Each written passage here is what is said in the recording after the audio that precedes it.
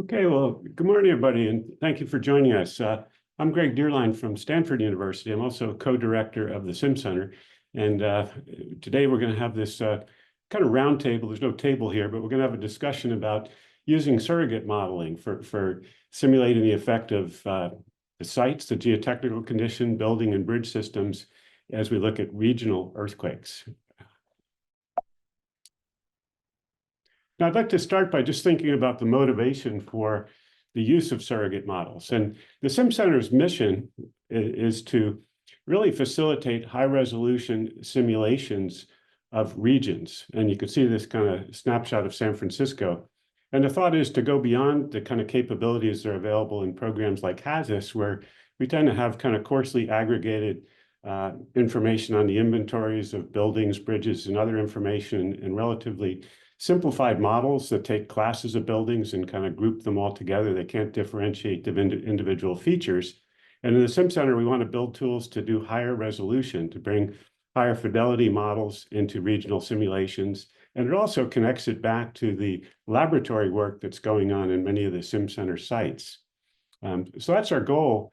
And it's more than just an academic enterprise, because what we really want to facilitate is going from engineering individual buildings or facilities to looking at cities. And in fact, if you look around the country, different cities are looking at kind of the important issues in them. In San Francisco, looking at tall buildings, of course, there's a very high seismic hazard.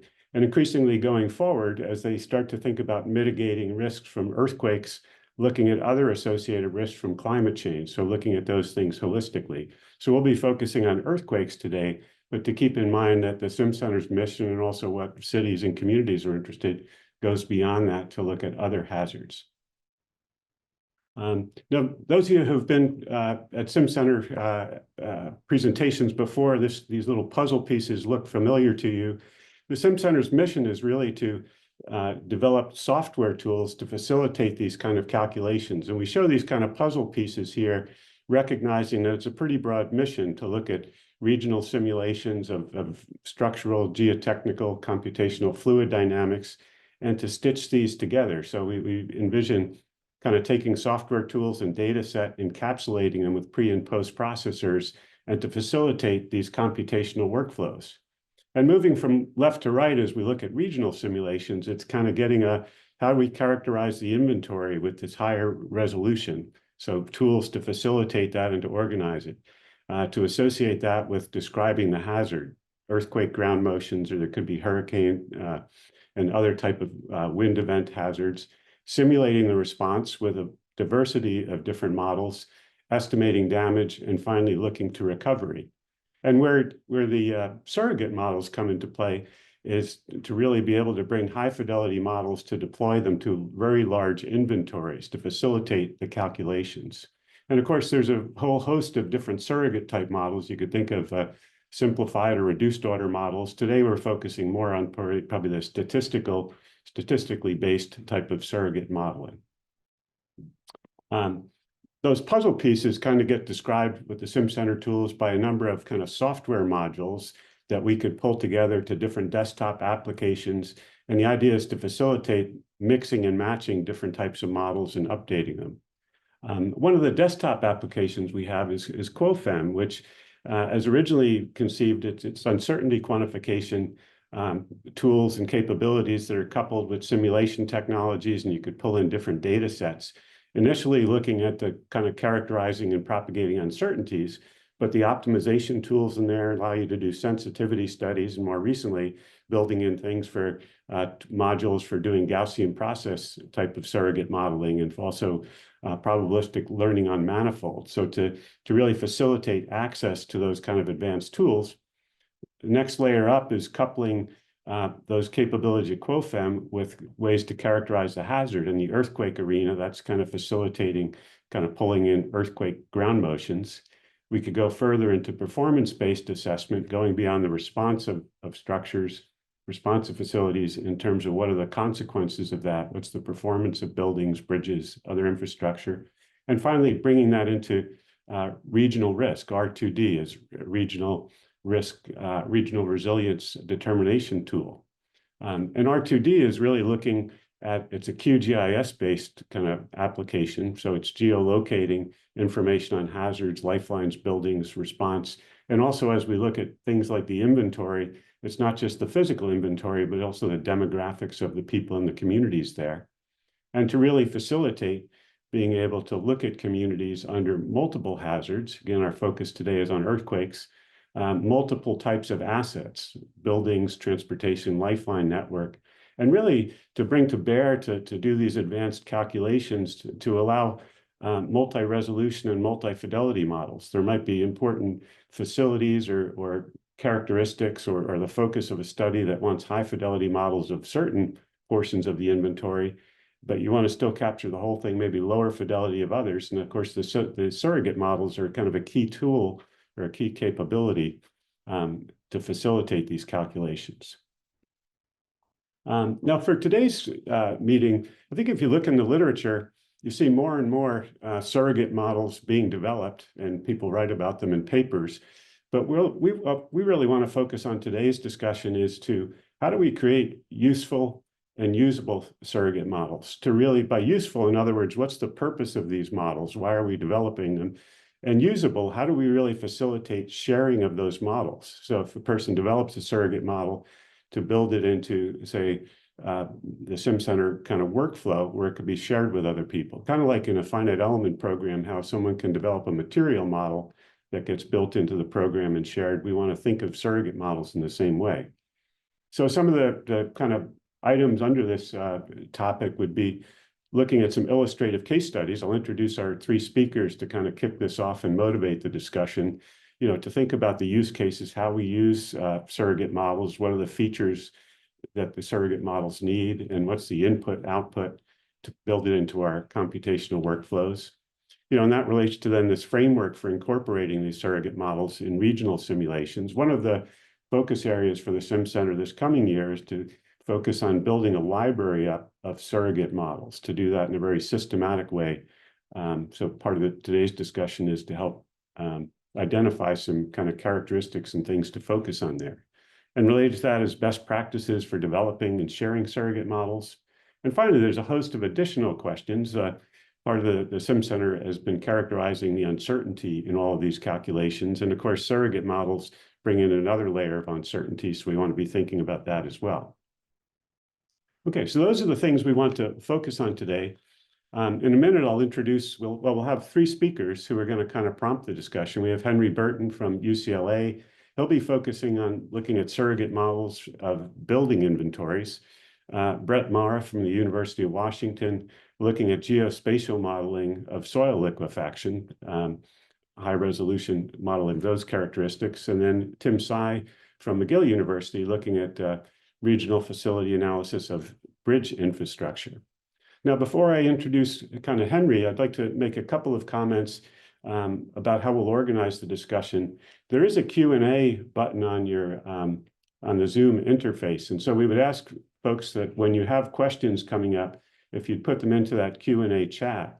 And what we'd like to do, I've asked the speakers if there's specific questions that are unique to their particular talk, they might choose to respond to your question directly in the text.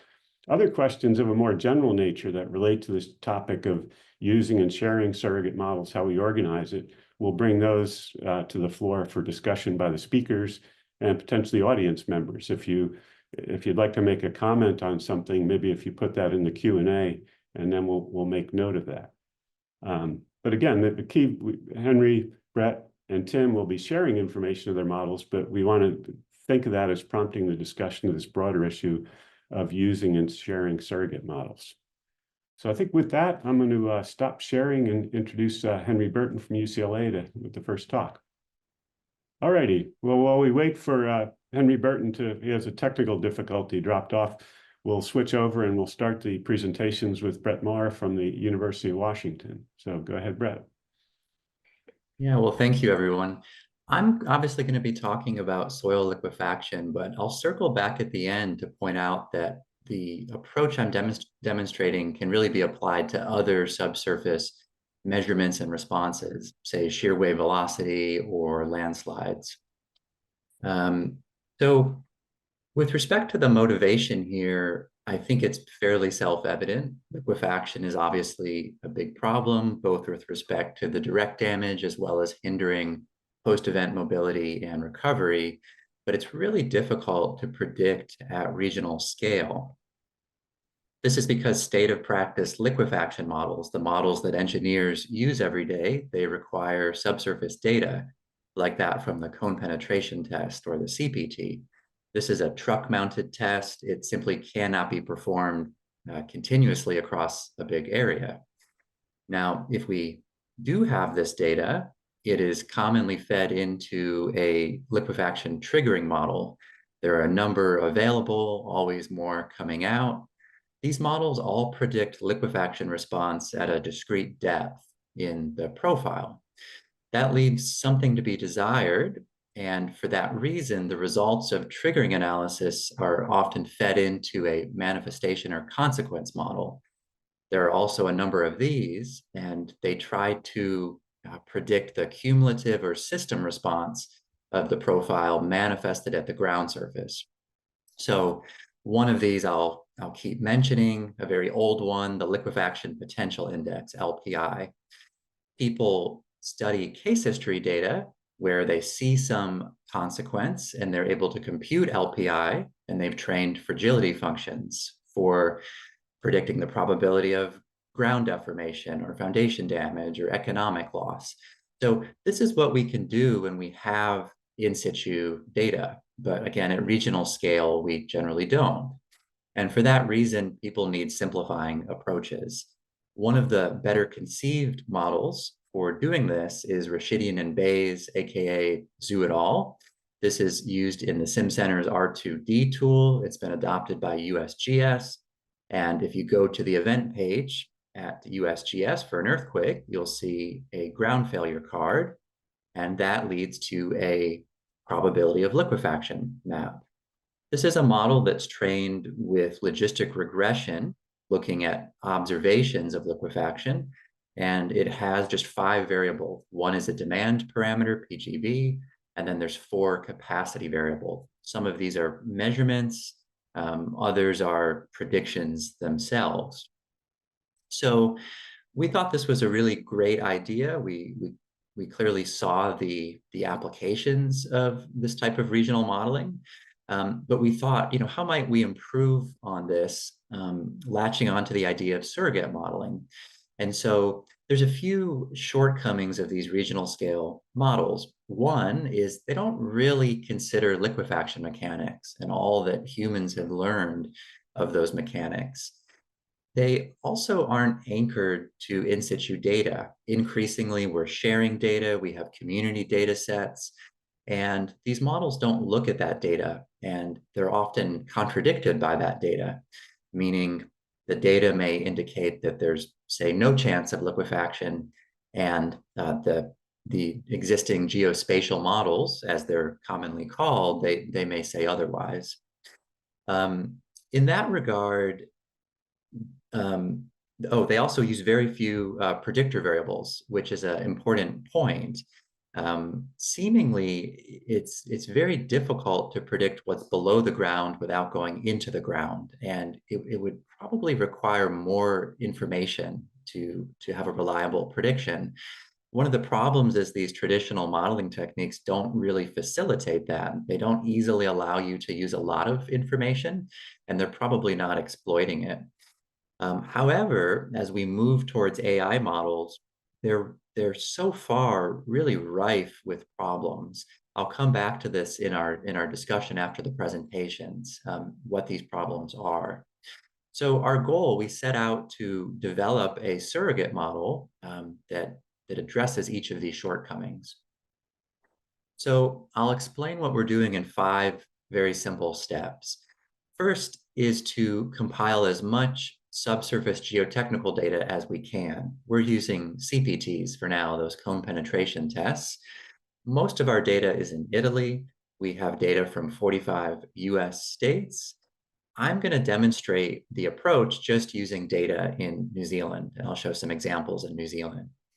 Step 2 is to subject those CPTs to a wide range of seismic loading and to predict the liquefaction response using our state of practice mechanistic models. We use a triggering model, which then feeds into, in this example, the liquefaction potential index. And so this curve that we see, this is a unique signature of every site. And if we could predict this curve without going into the ground, we effectively would have pre-predicted the liquefaction response for any and all earthquake that could occur. And so toward that end, we fit this curve with a very simple but flexible functional form. It just has two parameters, A and B. These don't really have physical meaning, but they effectively capture how thick and how resistant the soil is to liquefaction. So the third step, those A and B parameters are going to become our targets, and our features, our predictors, are a large body of geospatial information.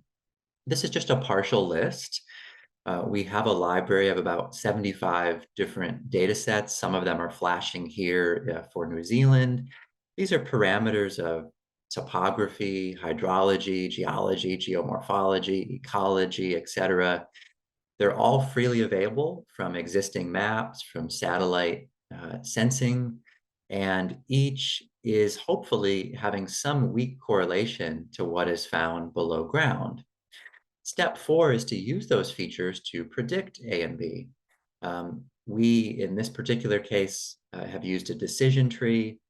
For some reason, I have some suspicions, but for some reason, much of the geospatial modeling that we do, we will try to use an array of AI ML techniques, and we always seem to come back to decision trees.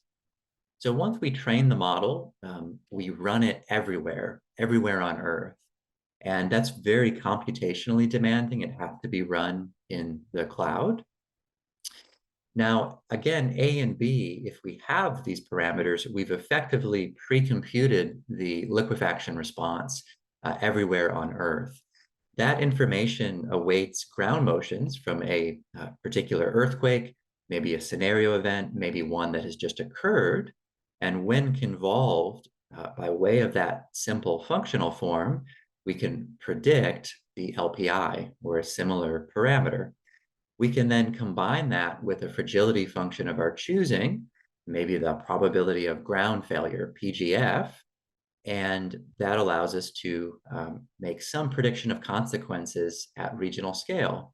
And we can do this within seconds of an earthquake occurring. There's one final step, that is to update the machine learning predictions or anchor them to reality. There are places where we know the response, or at least it's been predicted by a geotechnical mechanistic model. So we can use regression kriging or some other technique to update the machine learning.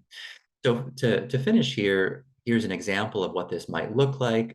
This is a neighborhood in Christchurch, New Zealand, an earthquake from 2011. This is the existing model that is in R2D, probability of ground failure, and we have points with and without liquefaction observations. That's the black and white points respectively. And so we see here quite a lot of liquefaction, but the probability of ground failure predictions are generally between about 0 and 40%. Here is the machine learning model.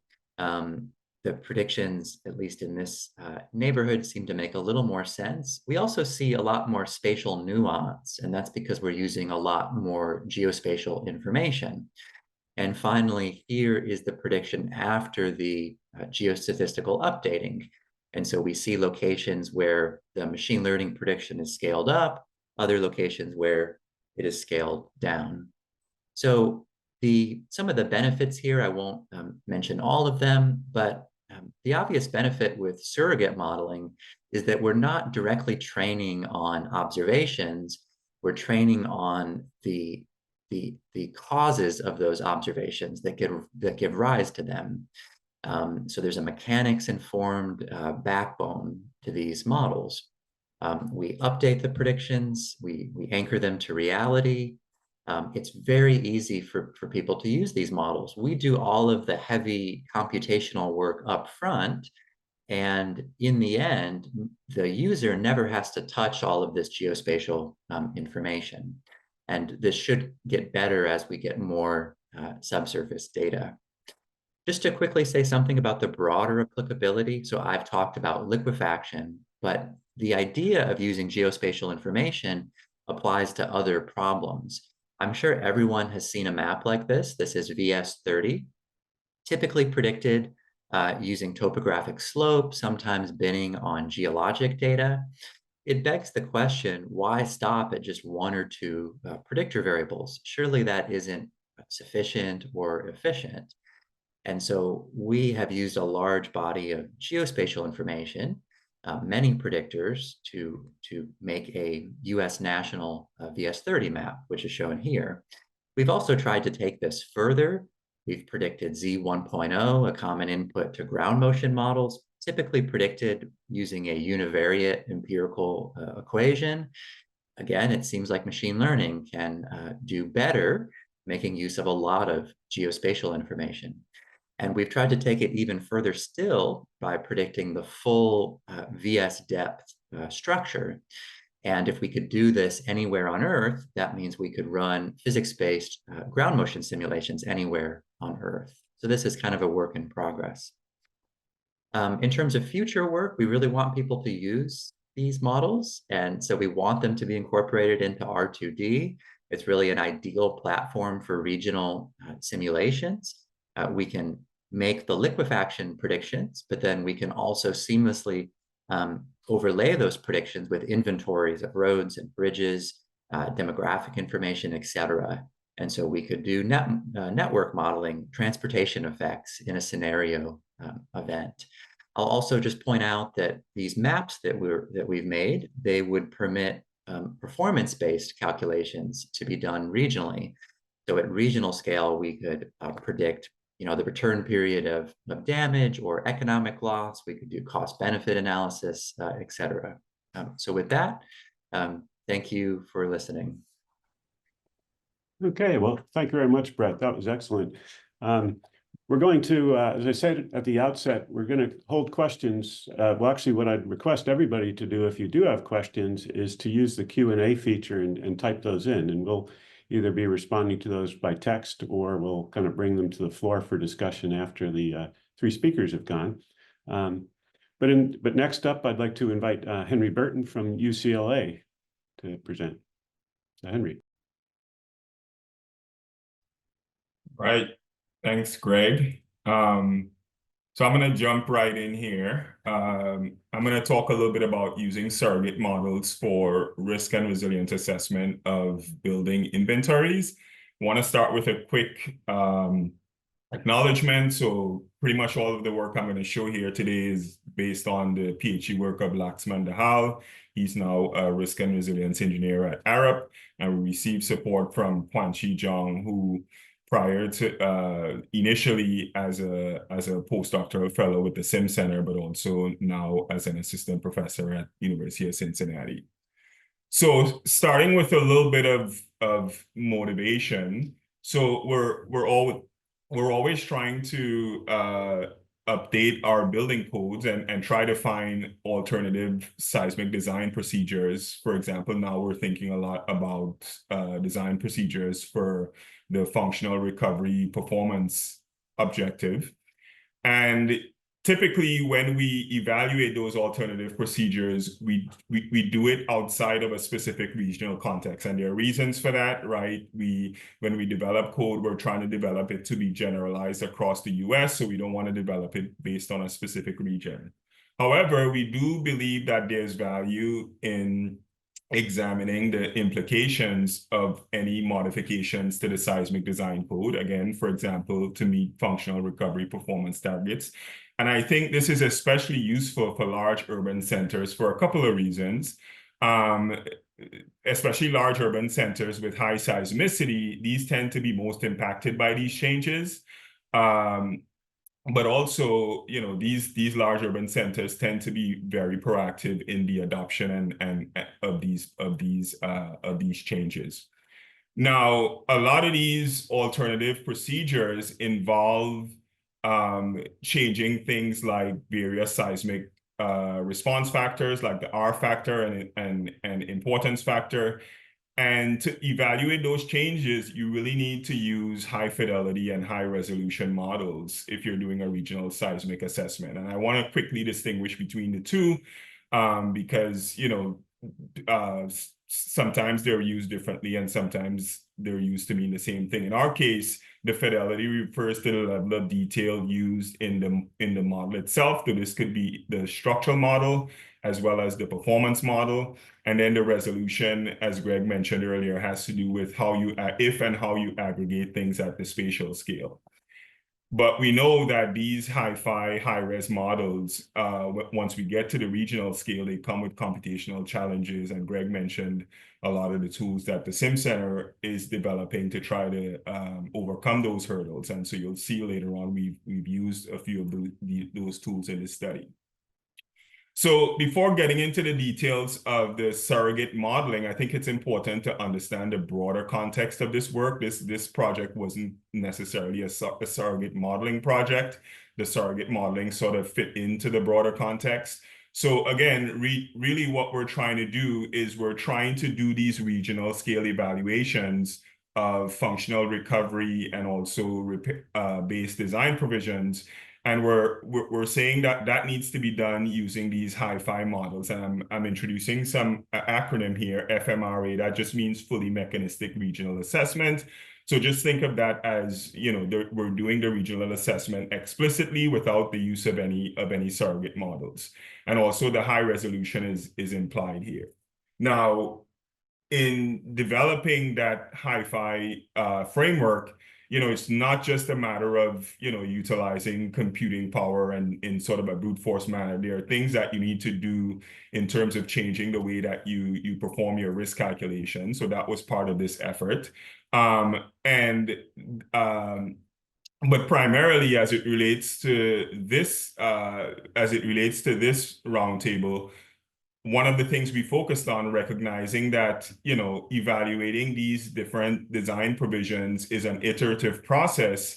Even if we're able to do this high-fi FMRA explicitly utilizing various computing resources, we need to be more efficient, especially in that iterative process. So we evaluated different strategies for doing that assessment efficiently. And so that's what I'm going to focus on today. So again, with a focus on the presentation today, we're looking at implementing this high-fi approach to assess the distribution of building-specific and aggregated repair costs and functional recovery time at the regional scale. And the reason why I'm talking about that today is because that's going to be used as the benchmark for our surrogate model approach and then a couple other approaches that we're using. And then in terms of the target location, we're using the city of Los Angeles as a target location, and our inventory includes 1 to 4 story single and multifamily residential wood frame buildings, and the inventory size is roughly 15,000. So I mentioned as part of this work, we developed this high-fi FMRA framework. I'm not going to go into all the intricate details in the interest of time, but there are a couple of things I want to point out here because they are relevant. And again, this is what we're using as the benchmark to evaluate how well our surrogate modeling approach, as well as the other approaches we developed. So one of the things I want to mention, so in this process, we're actually doing site-specific designs. So in step 5 there, you see a thing called AutoWood SDA. So that's an automation platform that starts a design. So it does a design of a building given the various parameters. It builds the OpenSeas models, run the necessary analyses, and then it connects with Pelican, a SimCenter tool, to do the loss assessment, and it also performs the ATC 138 functional recovery. Right, so none of this would be possible without that tool, not just the high-fi FMRA, but even the surrogate modeling development. The other thing I want to mention is how we're characterizing the hazard. So we're doing stochastic event set type of hazard characterization. So we're considering the full spectrum of events that can affect the region, and we're getting shake maps. But these shake maps they have return periods associated with them, but they're also characterized by by target response spectra, because in the Hi-Fi assessment, we are doing site-specific ground motion selection and analyses.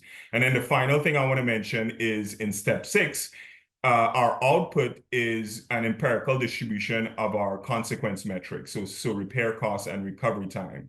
So this means, for example, if you think about the repair costs, we have at a particular site, we have 60 repair costs corresponding to the 60 ground motion maps or 60 spectra at that particular site. So we're trying to predict the empirical distribution of these impacts.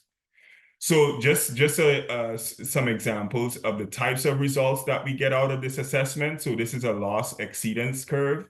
If you haven't seen, studied, or developed one of these, they may seem a bit cryptic, but without getting into all of the details, the main takeaway here is that it allows you to extract the aggregated losses associated with a given return period. So for example, I'm showing here the losses associated with the 475 and 2475 year return period.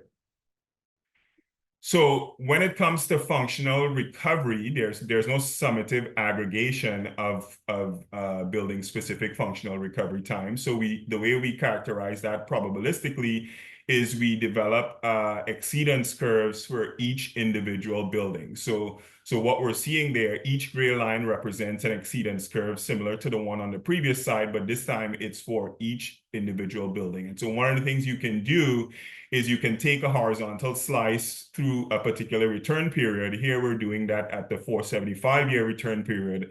And then we can look at the spatial distribution of functional recovery time at that particular return period. In this case, we're showing the mean values at the census tract level, but really the information we have is at the individual building level. And we can also develop a similar map for the losses if we want to look at it at the individual building level. So I mentioned before that the surrogate modeling is not the only efficient approach we used. In addition to the high resolution, we looked at various ways of aggregating the designs and the hazard characterization. So just think of it as, instead of using one design and one hazard characterization per site, you would, for example, take a census tract and you would use a single design and a single characterization of hazard for that entire census tract. And then you can reduce the resolution accordingly, right? So we have a medium and low resolution characterization based on that aggregation. Now, for the surrogate model, which is sort of the main thing we're focused on here, in terms of the training data, we looked at different potential approaches to training. Now, one thing that we're focused on in this roundtable is the reuse of these surrogate models. And we didn't really have, the reuse in mind when we initially started going down this path. Otherwise, as I'll talk about later, we would have done some things a little bit differently, but we did train on the various types of resolution data. And so there's two different strategies we looked at. So we looked at the possibility of predicting structural responses. So if you think of the PBE framework and the 4 steps there, we thought we looked into predicting the structural responses and then using that and then doing the damage and loss assessment explicitly to get the regional losses. And then we also looked into predicting the consequences directly. And so for the consequence-based model, we're trying to predict the building-specific empirical probability distribution of the various performance metrics. So again, we have 60 ground motion maps, and so 60 values of each metric at each site. So we're those individually. And we looked at different sets of training data, but the one I'm going to focus on here for the surrogate model is where we trained on the medium resolution data and tested on the Hi-Fi data. And then here I'm also showing the features that we used as input. So we use features related to the site-specific hazard, like the design intensity, the VS30, and various intensity measures. And we also use some building-specific structural parameters. And the predictive engine we used is the XGBoost model. So now I'm going to look at how the surrogate model performed at various scales. So this is showing the performance of the surrogate models and the 2 other strategies for the aggregated loss at the inventory scale. And you can see that it performs quite well. In fact, it starts to diverge somewhat at the low resolution model starts to diverge at about the 1400-year return period from the high res. And then the other two, the surrogate model and the medium resolution, starts to diverge at about the 5,000-year return period. But in general, the surrogate model performed quite well at this scale. So now we're starting to sort of go down in scale. So here we're looking at the neighborhood level. And on the left, we're looking at the losses aggregated at the neighborhood level for the high resolution. On the right, it's based on the surrogate losses. And so you can see it's not precise. We're losing some predictive power here, but we're still doing a pretty good job of capturing the overall distribution if we look at it at the neighborhood level. And we can ask a similar question at the census tract level, right? So the left again is the high resolution losses at the census tract level. The right is for the surrogate, and again we're doing a pretty decent job. We can also look for the building specific losses and functional recovery time. We can compare, we can do a comparison of the overall distribution using these kernel density functions. And we're seeing that in general, the surrogate model does a reasonable job. It's not quite capturing the tail end losses there from the high resolution as well. But again, now we're at the building specific resolution, if you will. And then if we go even further down for a given individual building, remember, we're trying to predict a distribution, an empirical distribution that comprises of 60 different observations. So we can actually compute an R-squared for each of those. And if we look at the distribution of those R-squareds for the 15,000 or so buildings, we're seeing that, there is cases where we're not really doing a good job for some set of buildings, but for the most part, even at the building specific level, on average, we're doing a pretty good job. So I mentioned one of the things we looked at was developing a surrogate model to predict the responses and then doing the damage and loss assessment explicitly. Well, we had some challenges with this. One of them was challenges with data and the size of data that we could accommodate on our Huffman cluster here at UCLA. There were also challenges in the inconsistencies with the different number of stories that are considered in the training set. So here we actually tried to develop a single surrogate model for all the buildings with the various number of stories. But the main lesson, the main takeaway there is that it would have been more feasible to develop individual models targeting different features. For example, one for each unique plan layout and number of stories. And here, just this slide just shows comparison of the computational resources that were used for the different strategies. And so you can see as you go from the high fidelity, high resolution down to the surrogate model, we're sort of reducing the amount of resources that we're using. So some key takeaways from this study. Again, this work was part of a broader effort to benchmark different strategies, including surrogate modeling for doing efficient risk and resilience assessment of building inventories. Unlike the spatial aggregation strategy, the surrogate modeling approach, we're actually doing our predictions at a high resolution level, meaning we're trying to predict the empirical distribution of the consequences at the individual building level. However, because the consequence-based surrogate model, which is the one we finally used, because we're predicting consequences directly, any information on component level drivers of the performance is lost, right? So that information is actually lost in using that consequence-based surrogate model. As I mentioned before, we explored the use of these structure response surrogate models, but we ran into some issues, but learned some valuable lessons for the future. And we also found that even for the consequence-based model, we could improve the performance of that model by adopting a multi-model strategy. And finally, the surrogate model in this study, I mentioned we developed it not necessarily with reuse in mind. We were sort of focused on our own particular application. But if we were focused on reuse, there were some things that we would have done differently, and we can talk more about that in the discussion. Okay, Right. well, thank you very much, Henry. Another excellent talk. We looked at all the houses in LA and all the soil in the world with Brett. Okay, next up, I'd like to invite Tim Tsai from McGill University to talk to us about bridges. And while Tim's coming up, I'd remind the audience to, you can see there's a number of questions that have been posted. So if you have a question for the speakers, post it there. And then when we get through all speakers, we'll come back to those. All right, thanks, Greg. Thanks so much for the invitation. So I'm going to jump into the bridges. So the motivation really comes from the figure on the right. We have each dot here represent one bridge in the state of California. We have more than 26,000 bridges in the state. So if you want to do some regional seismic risk assessment for the bridge network, you will probably use fragility models most often. So if we look at the evolution of the fragility modeling, we have, about 20 years ago, maybe you would just go with a hazards model.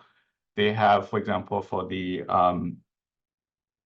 box girder concrete bridges, they have 4 classes. They are developing the model only for the bridge at the system level. They have, since very few classes for these bridges, it's kind of low resolution, and the model I think is developed based on a 2D model. It's low fidelity finite element models because of this low resolution, low fidelity. So the uncertain quantification is kind of limited. So about 10 years ago, we are really moving towards the next generation. I call it generation 2 fragility models.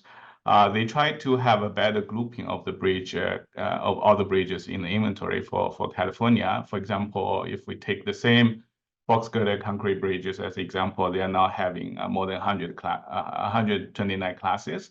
They are not only looking at the bridge fragility at the system level, but they have each curve for each bridge component in the system.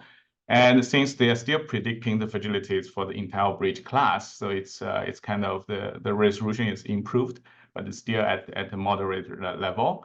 And right now, I think the model is developed based on very advanced, the state-of-the-art bridge models, 3D detailed models. I think the model becomes high fidelity. And because in the sampling process, they also take into account the uncertainties of the bridge parameters for each class. So the uncertainty quantification really can take into account those from not only the ground motions, but also the bridge attributes. And recently, I noticed there's a trend of moving towards so-called parameterized fragility models. I call it generation 3. So in the same kind of sampling process, instead of doing just the fragility as a function of the ground motion intensity measure, you can even expand it as a multivariate seismic demand model, which include not only the intensity measure, but also the bridge parameters. To do so, you can really differentiate the bridge fragility within each class. Once you have a new set of bridge parameters, you can automatically update the fragility accordingly. So the resolution is further improved because some of the bridge parameters is no longer treated as a source of uncertainty, but as an influential factor to change the fragility. So actually the uncertainty is reduced to some extent. So when I look at this evolution, I think in the future, maybe we're able to have a digital twin for each bridge. Maybe eventually we don't need a fragility curve to represent each bridge component. Maybe there's something that can be done for a specific surrogate model for each bridge, but maybe in the long term. So today I'm going to just talk about the 2 techniques we're using. One is regarding active learning. The other is deep learning to help develop this generation 2 and generation 3 fragility models more efficiently. So here's the overall process. On the left, I showed the high fidelity bridge models. It's a 3D model with detailed modeling considerations for the column. We use fiber sections, and for abutments, we have each abutment component represented by phenomenological springs, and they are connected based on the physical connections of the components in each end abutment. And we show like each component has a nonlinear behavior based on some of them are based on the testing of the component itself.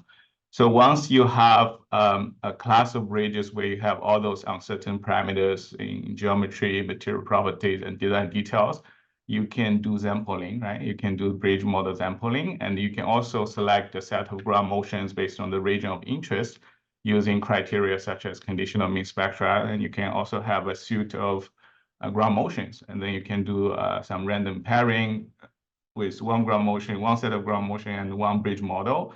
And you can run dynamic analysis to get the seismic demand as EDPs for each bridge component. So in this way, you can have a database of intensive measure of ground motion and bridge parameters, and you have the seismic demand as your Y as a predictor, as your predictive targets. So you can run this, through many simulations, and you can use this data to even do a very simple cloud-based, fragility model development for the class of the bridge. It's as simple as like a linear function in the log space.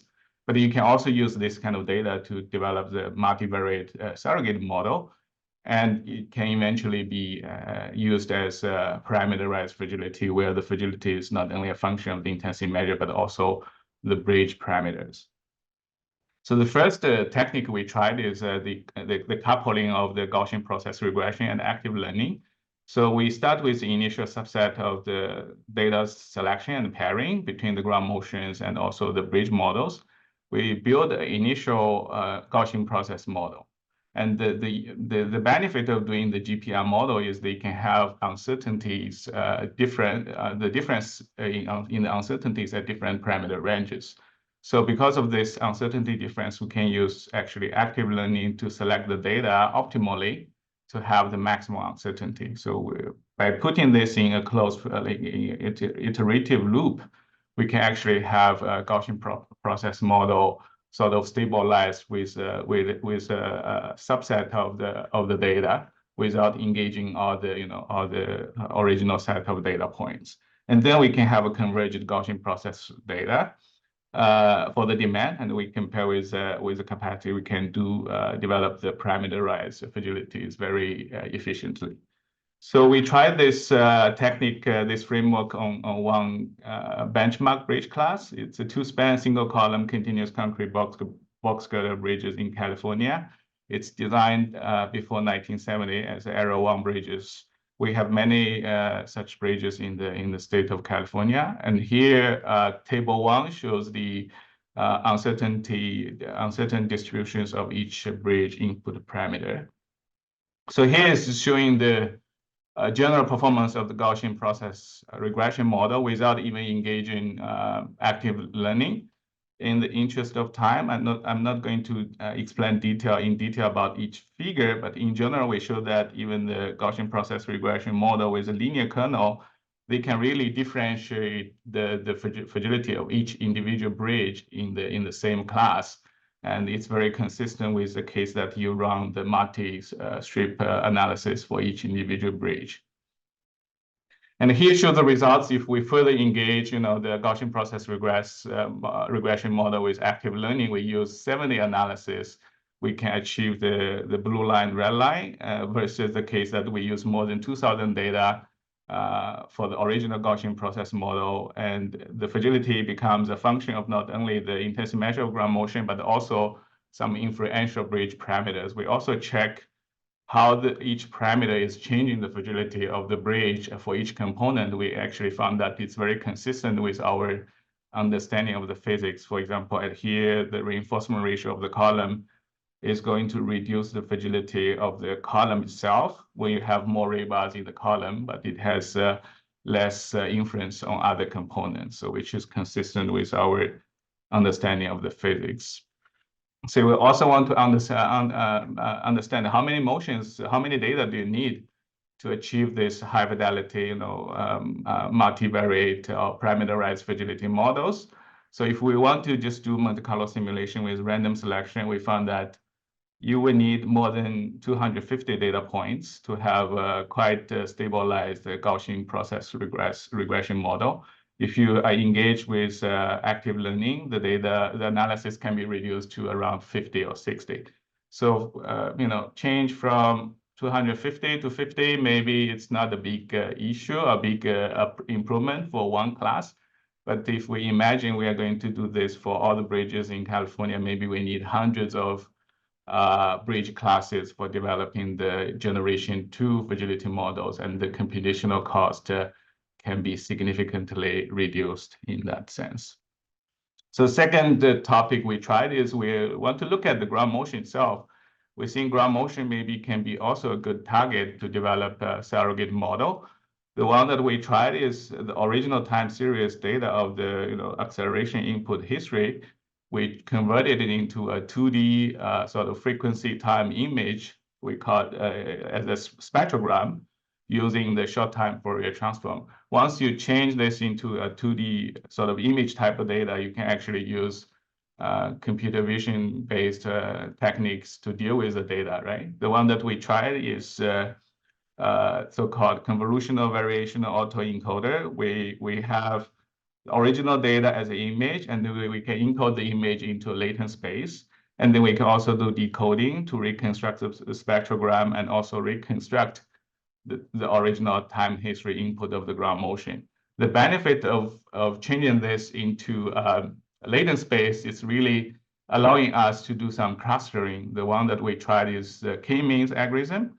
We directly cluster the latent variables into different groups. And once you can also do some interpretation of the latent space, which allows you to even generate some new ground motions, some artificial ground motions. So once you do the clustering, maybe for each cluster, you only need a very few number of ground motions that can allow you to really achieve the same level of accuracy or consistency in the fragility assessment. So we're going to test that hypothesis. So before we arrive in there, we try to fit in the CVE model with ground motions with offset features. So here we try to fit the ground motions with small magnitude, large magnitude recorded at soft soils versus stiff soils, near field motions, far field motions, subduction zone earthquakes, and crustal earthquakes. We try to see if the model can classify these motions automatically. And the accuracy is very high, actually, based on these confusion matrices.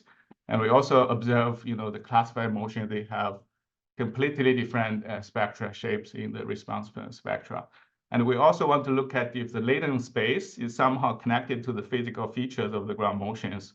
So here with offset set of ground motions, we see some of the latent variables, they have a completely different distributions. So we are sort of confident that some of the variables is actually directly connected to the physical features of the ground motions.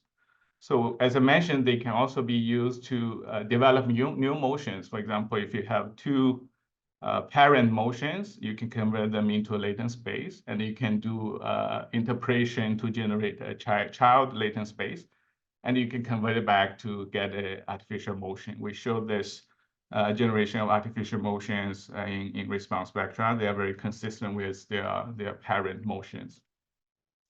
So back to the original question, if we're still using this modeling sort of sampling process, we can actually develop surrogate models for the input ground motions. You still do the selection of the original set of motions, but once you did the selection, you can do the surrogate model of the motions, and you can select a subset of the original ground motions, and that a subset can be have much fewer number of motions. And we tested this on one bridge, and showing here, we show that as few as 5 or 10 motions, you can achieve some consistent fragility assessment versus the case that you choose more than 200 motions. So to conclude, we really provide two frameworks to integrate machine learning techniques for surrogate modeling to enable efficient fragility assessment for different bridges. The first one we tried is to combine a Gaussian process regression with active learning. The second we tried is CVAE as a surrogate model to learn the ground motion itself to classify and generate new motions. I have to mention here that most of the work is done by my PhD student, Chen Xiao, and also the funding support from NSERC and faculty are much appreciated. So, thank you. Okay, well, thank you, Tim. All righty.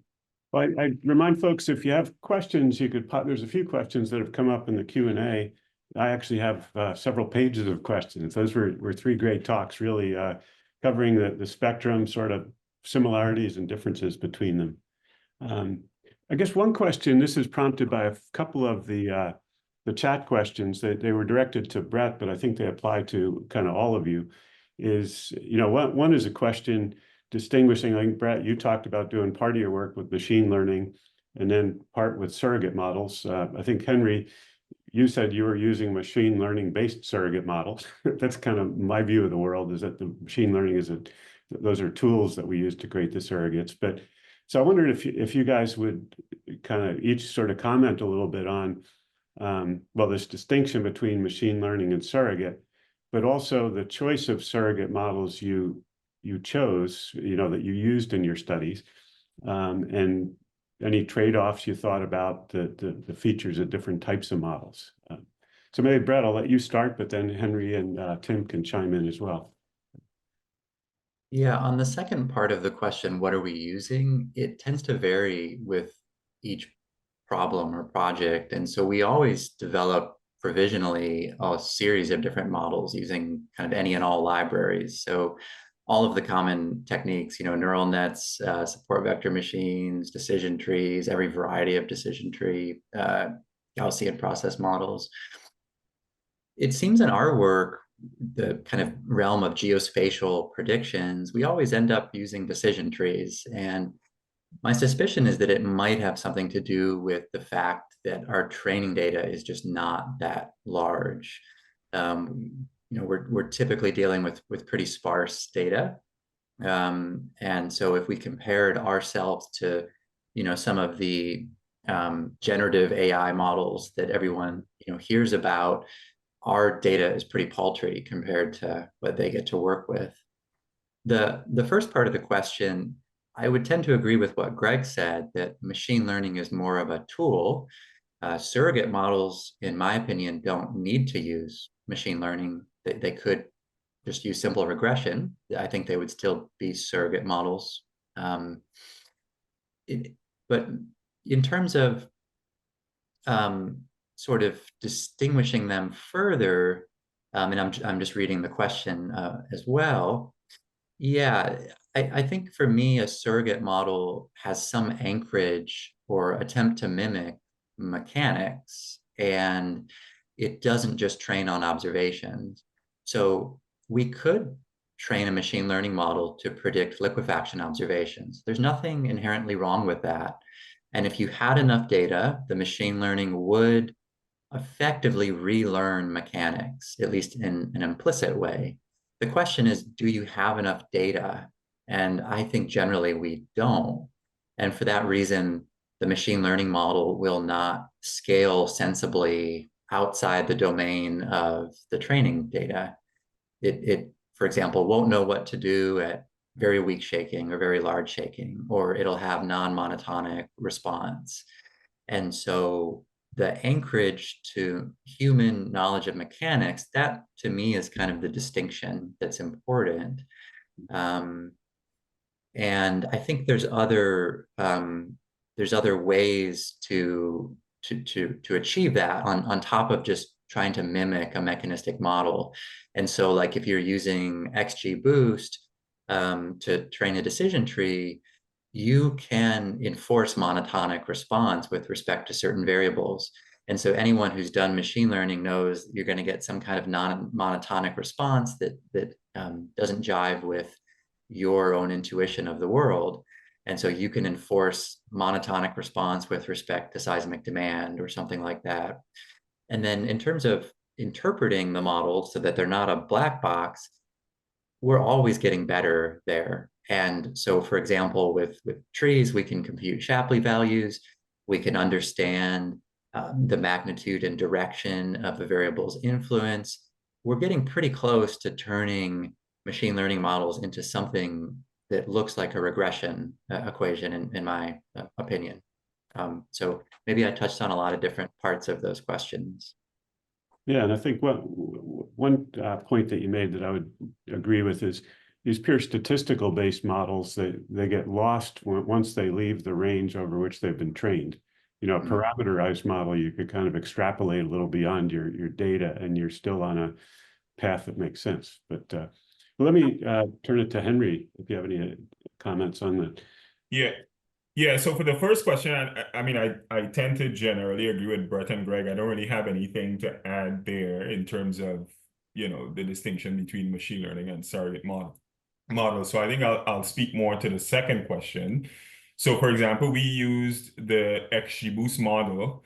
You know, there are other models we could have used. So I think one sort of, I don't know if pet peeve is the right word, but I think as a community, we've spent a lot of time sort of looking at these different models, and I think we have a general sense in terms of how they perform under different situations. And, you know, I think we get a little bit hung up on accuracy in terms of R-squares and things like that. So, you know, so we weren't really worried too much about looking at different models to get better predictions. But what we did think about is the fact that we were trying to predict an empirical distribution, right? So I mentioned before that we're doing stochastic event set assessment. So at a given site, we have an empirical distribution of the different consequence metrics, right? So, you know, XGBoost is not naturally set up to give you distribution prediction, although there are ways to do it that are sort of explicit.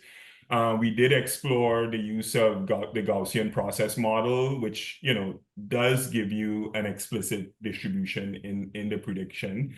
But again, in training the Gaussian process model, it requires you to develop a kernel matrix, and that tends to require a lot of memory, and we simply didn't have for the resources we were using, we didn't have that. So we fell back on the XGBoost model, and we think it did a reasonable job in capturing that distribution. Mm-hmm. Yeah, and Tim. Yeah, sure. I think I can answer this in the perspective of fragility models for bridges. I think the first question, maybe surrogate model can be more than machine learning models. It can be as simple as even a cloud analysis, right? Cloud analysis, basically linear function to represent the demand as a function of the intensity measure of ground motions. And people have also been using response surface models as basically second order polynomial functions. Or people have been using like logistic functions for parameterized fragility models. So those are all regression functions. I think those are also can serve as a good surrogate model.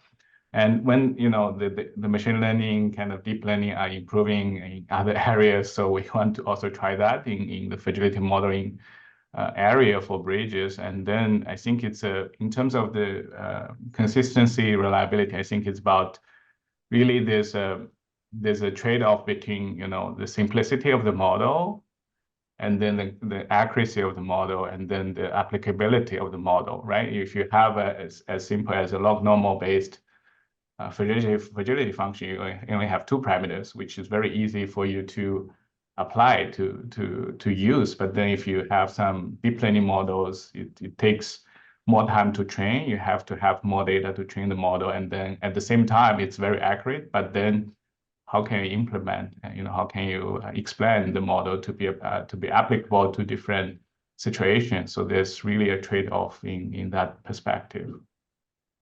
Okay, thanks. There's a number of questions that really get to one of the key things we want to focus on, and that is the sharing of models.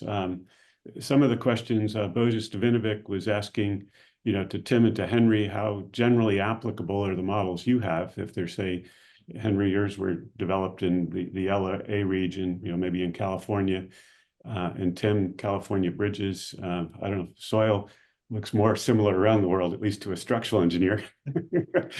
But that's one question, how generally applicable these models are when they get shared. But then related to that is just this issue of sharing in general, what some of the challenges, because it seems like communicating the capabilities of the model and its limitations are important. And also, Henry, you had mentioned at the end that you would have done things differently if you thought you were going to share this model. We still hope you will share. But so I guess if that's a bundled sort of question, but maybe if we start with maybe with Tim and Henry thinking about the general applicability of your model, and then if Brett, you could follow up how that translates over to the soil question.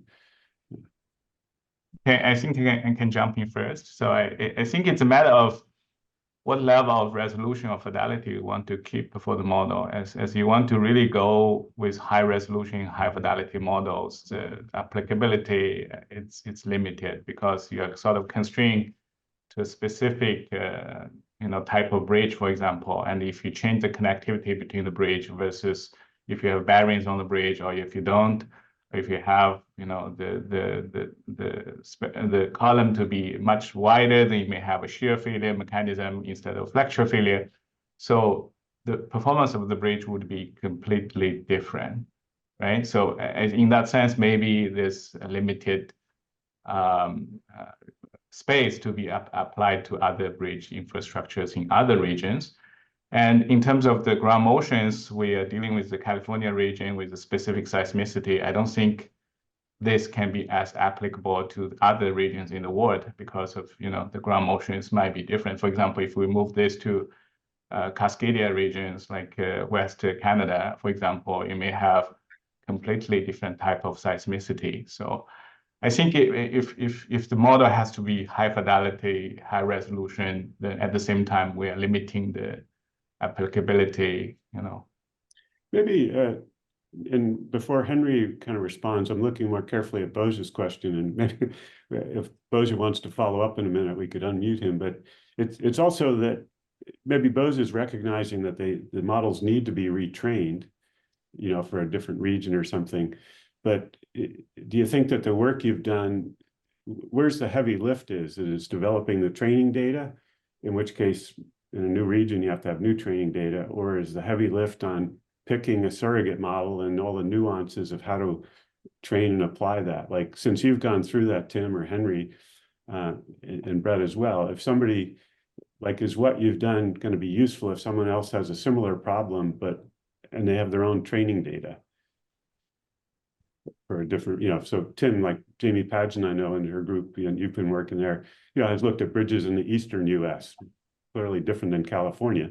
Do the same surrogate modeling techniques carry over directly, or do you need to think about them differently? I think we will have to at least try transfer learning, so we can have some originally developed model for a specific region. But if we want to transfer to a different region, maybe there's new training data we have to introduce to look at the performance of the original model, and then maybe we have to do some like tuning of the original model to make it more applicable to other regions. I don't know if that's possible or not. Well, let's well, go ahead, Henry. After Henry speaks, I'm going to let Boja was shaking his head. So Henry, you go first, though, then Boja. Yeah. So I did mention that, again, this model was developed in a larger context for as part of a broader study. So we were really focused on the overall objectives of the study. However, in general, when it comes to reusing models, I think Tim touched on some of it, but I think there are some questions that you want to ask. So, for example, let's say someone wants to use our model for wood frame residences in San Francisco. Well, one of the first questions you want to ask is whether the features that are considered in the model, are they relevant to the San Francisco inventory? So, for example, if San Francisco has a particular panel type, right, that's one of the features we considered. But if they have a particular panel type that was not in there, then, and in addition to the specific features themselves, you also have to look at the distribution of the features, right? So I think both Greg and Brett mentioned sort of these models are limited in terms of the ability to extrapolate. So because of that, you have to look at the distribution, and not just the distribution of individual features, but also the sort of the multivariate distribution, especially if you have any interaction effects. And then the last point I'd make is sort of building on one that Tim mentioned. I think it's also a question of what scale is of interest to you, because for us, as I mentioned, we were really focused at the regional scale. Now, we did show how the model performed as you sort of go from, say, the regional aggregation down to the neighborhood, down to the census tract. It performed pretty well even down to the census tract, but once you got down to the individual building level, while on average it performed well, there were individual buildings where it did not. So if you really want to hit the mark on very specific buildings and get correct results on very specific buildings, then maybe it might not be useful. Okay. And Boja, did you want to make any additional comments or questions on that? And Matt, I'll ask you to unmute Boja for a minute. Yeah, thank you, Greg. Thank you all. I mean, great talks overall. I wanted to say a couple of things. One is that the process that you guys did is excellent. And that's why I appreciate the SimCenter approach of dividing and conquering.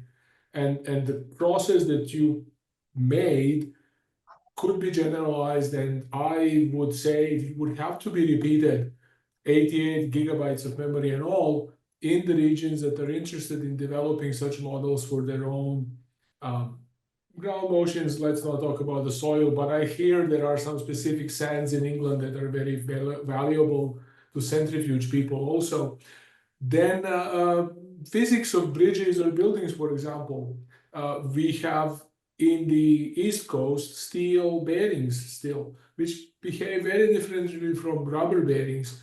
And I would find it very hard to convince a practicing engineer that the parameter change, an indicator change, would capture both physics. So we would have to be kind of watching what's going on. Shear failures, bending failures, and all that. Building typologies also, and I agree to some extent, and it would be very nice to quantify to what extent could this model be transferred, say, along the West Coast. But Vitor Silva has recently published several papers where they claim that the coefficient, a number, A1.2, is enough to transmit the losses computed from Europe to Colombia. Perhaps statistically, in a very large average, yes. Even on medium scale, let alone on single building scale, I find it very difficult to believe. And in that sense, I really like the SimCenter methodology with the ability to focus on different scales and at individual buildings at the same time. So I like your results. I see the applicability to regions where they're developed in, and try not to over globalize. Maybe for soil it's different. I don't know soils, but soil is healthier. But for buildings and bridges, there are substantial differences in the physics that we would have to expect when we want to try to generalize such models. But methodologically, the SimCenter framework is an excellent place. Yeah, so good comments there. Brett, I'll just if you want to chime in on this at all. Are soils the same everywhere? Yeah. Probably not.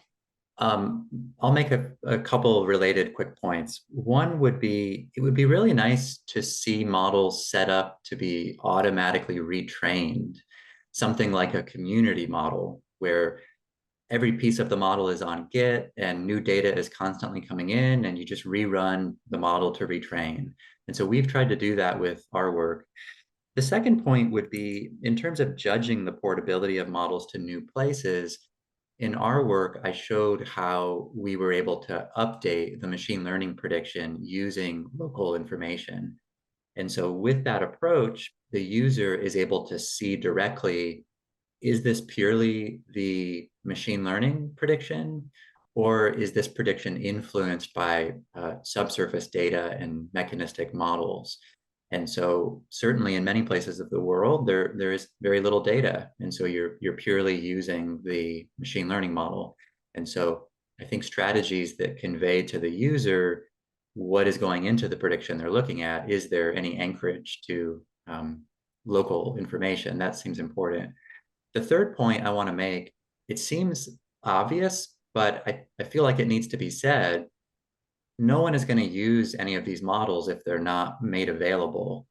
And we recently wrote a paper in Earthquake Spectra talking about why AI models are ignored. Now, surrogate models don't have to be AI, but they tend to be.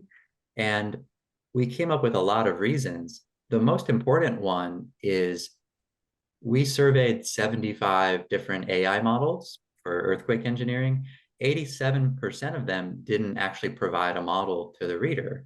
And so even if someone wanted to use these models, they'd have no ability to do that. And so I feel like that's a must. So we have to check that box when we train AI models. We have to give people the ability to use them. Or, you know, at some point, I don't know if we're contributing to the scientific process. Mm-hmm. Yeah, I wholeheartedly agree. That's music to my ears. And indeed, you know, as I said at the outset, I think that's where the SimCenter thinks we could contribute by working with folks like yourselves to figure out systematic ways to communicate the different types of models that are out there. And in our case, to build them, and Brett, you had a slide on this, to build them into like the R2D computational workflow to make it easier for people to use the models. I think also, I was thinking as you guys were talking, if people are building big training data sets, it'd be nice if we likewise publish those in a systematic way so that someone else could come around with a different surrogate modeling technique. And because a lot of the effort is developing that big training data set. So I think that's an equally important thing, is if we could systematically be publishing those so that people can, again, try different types of surrogate models on them, you know, comparing the two. I wanted to, Alex Tuflanides raised a question here, and if Alex is still online, I was going to invite him to be unmuted for a minute. And I think this kind of relates to a question I had about when we're doing these surrogate models, at what are we surrogating? Is it the final answer? Henry, in your case, you looked at the performance, you know, in other words, loss metrics, or as opposed to the different components leading up to that. And so I don't know if Alex, are you still out there? No? Yeah, I'm still here. Oh, okay, great. So Alex, go ahead. Why don't you could pose your question better than I can rephrase it. Yeah, Henry, I think you touched base on it, so you discussed it, but I wanted to probe a little bit more to try to understand, because the standard recommendation in any type of surrogate modeling is that you surrogate at the point where your computationally demanding tasks ends, and then you propagate everything else analytically. It definitely gives you better accuracy. So I wanted to probe a little bit, you know, what you said of the thought to do that. So is it just, you know, requirements in terms of computations, or was it also some concerns related to, you know, how does the aleatoric uncertainty propagates from the, you know, hazard? Thank you. Yeah, well, I mean, I think the short answer is that, you know, a lot of this was being done toward the end of Laxman's PhD. So, you know, we didn't really have, again, it wasn't really a surrogate modeling project, so we didn't really have much time. But to get into the details of your question, aside from the fact that we didn't have enough time to spend on it, I mentioned the problem just with memory, and you know, that was a problem that was specific to the cluster that we were using, and you know, that's something that should be relatively easy to overcome. There also was the issue of we were trying to use a single surrogate model to represent buildings with different numbers of stories, right? So the question is, you know, how do you know, if you have a 1 and a 2 story building, what observation do you put in the second story of the 1 story building, right? So there, some different things were tried there that didn't necessarily work. And so ultimately we realized it would have been better to just have, you know, individual models. But, you know, by the time we realized that, you know, Laxman already left and went off the arrow. But I do 100% agree with you in terms of, I'll use Greg's word, surrogating at the point of where you have the largest computational expense. And, you know, another advantage I mentioned about surrogating on the responses is that, you know, any information on what components are influencing the losses, that information is not going to be lost in that case. So I 100% agree with you there. Okay, thanks, Henry. And you touched on something that I had a question on too, and Tim brought up, and I don't know, Brett, how it relates to yours, is that whether you have one surrogate model that encompasses a large different population of different types of structures. Like Tim, you talked about a parameterized model. So you could just have a bridge model where everything is just a parameter, or you can, Tim, I think you had 126 parameter models, you know, and Henry, you just touched on it too. Do you have a different model to surrogate the 1-story and the 2-story, or is that a feature? So I don't know if you want to each kind of talk a little bit about that. Like, how do you decide how to, you know, parse down the kind of things you want to inventory into making one surrogate model that does the whole thing, or whether you have multiple ones?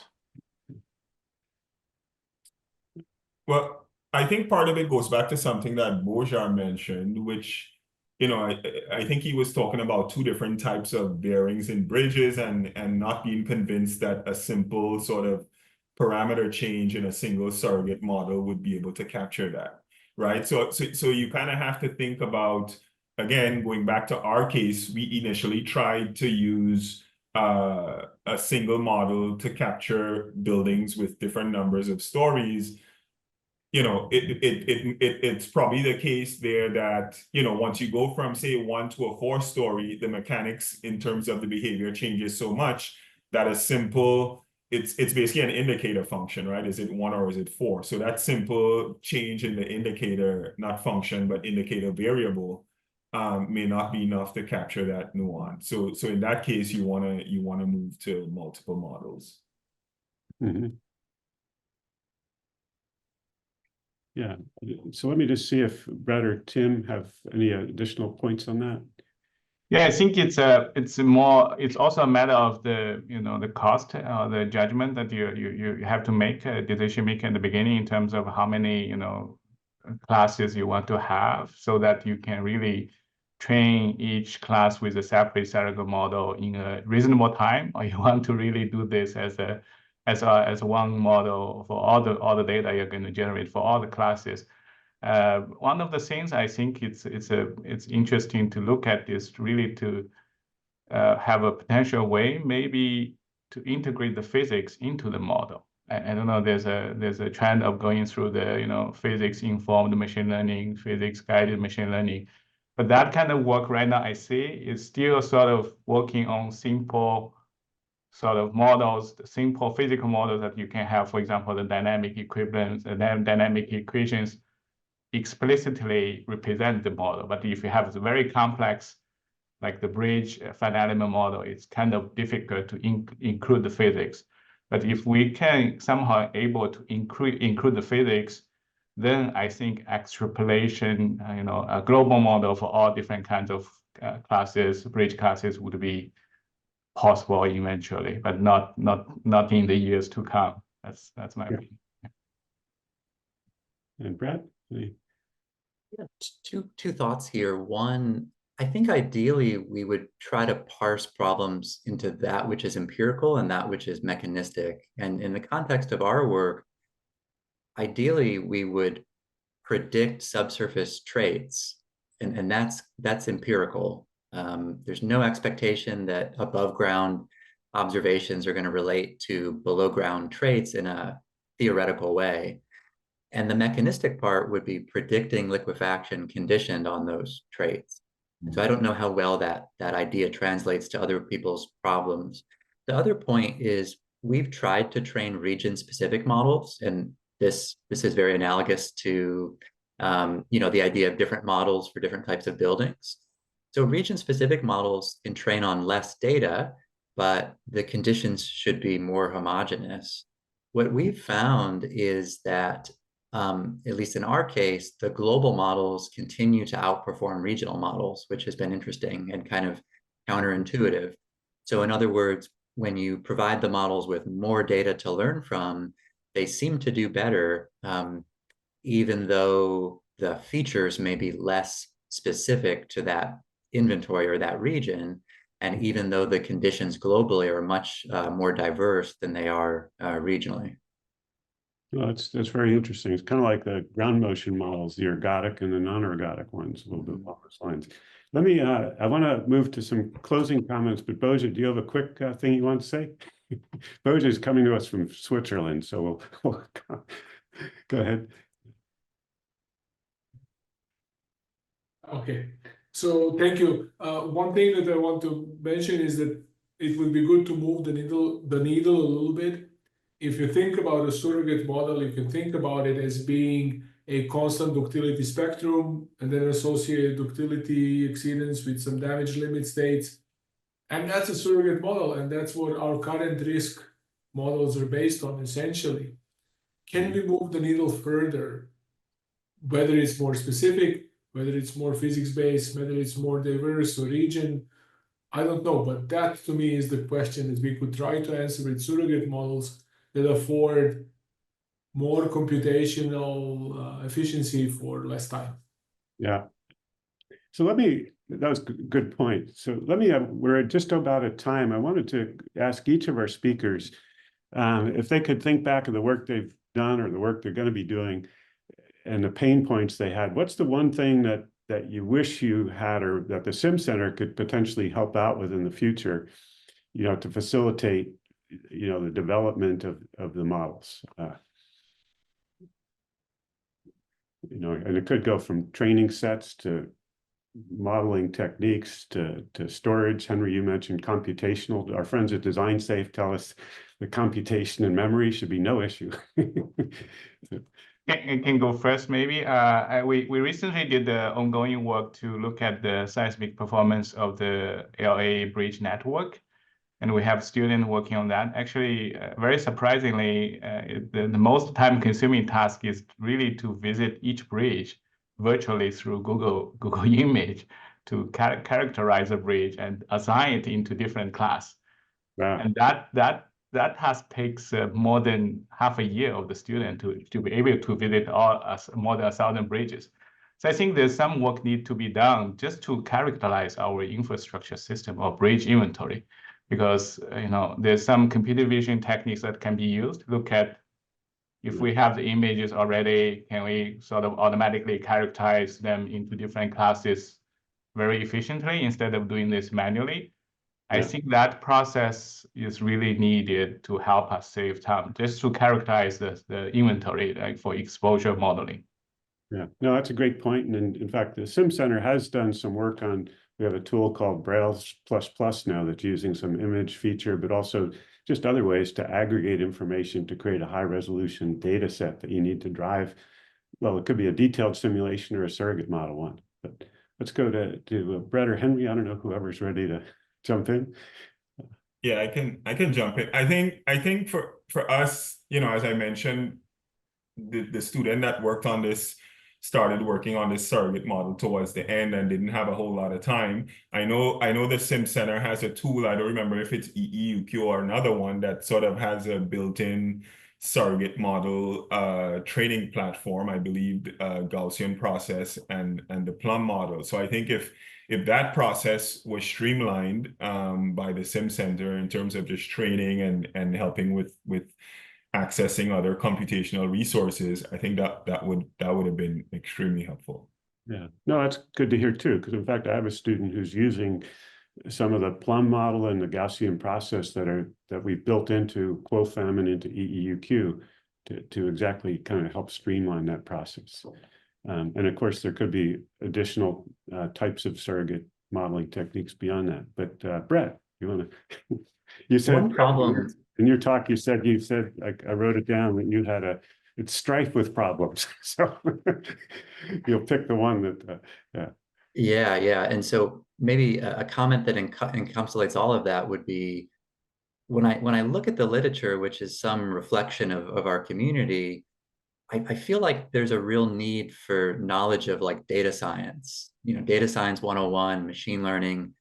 Everyone is trying to catch up and learn on the fly. And I don't, this probably needs to be kind of, addressed earlier than say someone starting their PhD.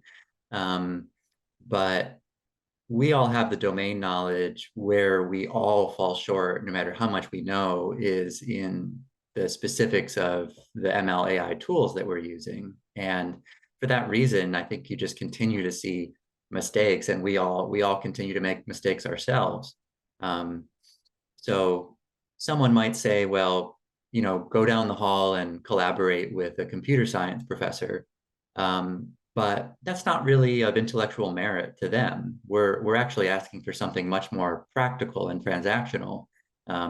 We want someone to kind of look over our shoulder and give us some advice. And maybe there's kind of a niche that needs to be filled there. Maybe on each of our campuses, maybe by SimCenter. I don't know, but I see a bit of a hole that could be filled. Yeah, no, it's a great comment. I think, well, those online are from civil and environmental engineering. There could be other folks on the call today, but I think that's something we grapple with on an educational question. What's important for our field. So I think these were really super presentations. I think some great questions and discussion. We are at time, so I want to wrap it up. Would point out for the folks who wrote in a number of additional questions that we didn't get to. I think Matt Schottler, it's correct. We've harvested those and we'll kind of send them to the respective presenter here, and we'll get a message back to people. Is that correct, Matt, that we could do that? Okay. And then if I just wanted to share my screen one last time to show one more slide. I'd really like to kind of thank everybody for, thank our speakers, number one, for an outstanding job. I want to thank everybody today for tuning in to listen to us, and to those that offered questions. Some of them we got to, some of them we didn't.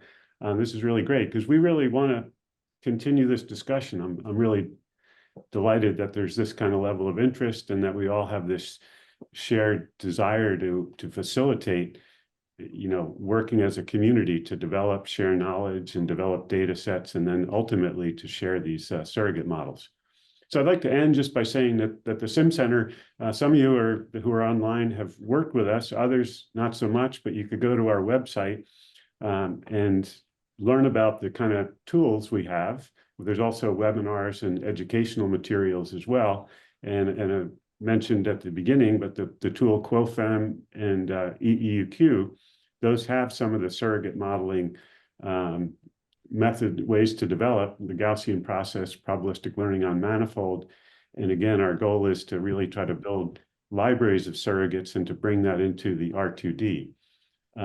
We do have the SimCenter working together with DesignSafe. We're co-hosting a computational symposium that'll be held this coming February down at UCLA.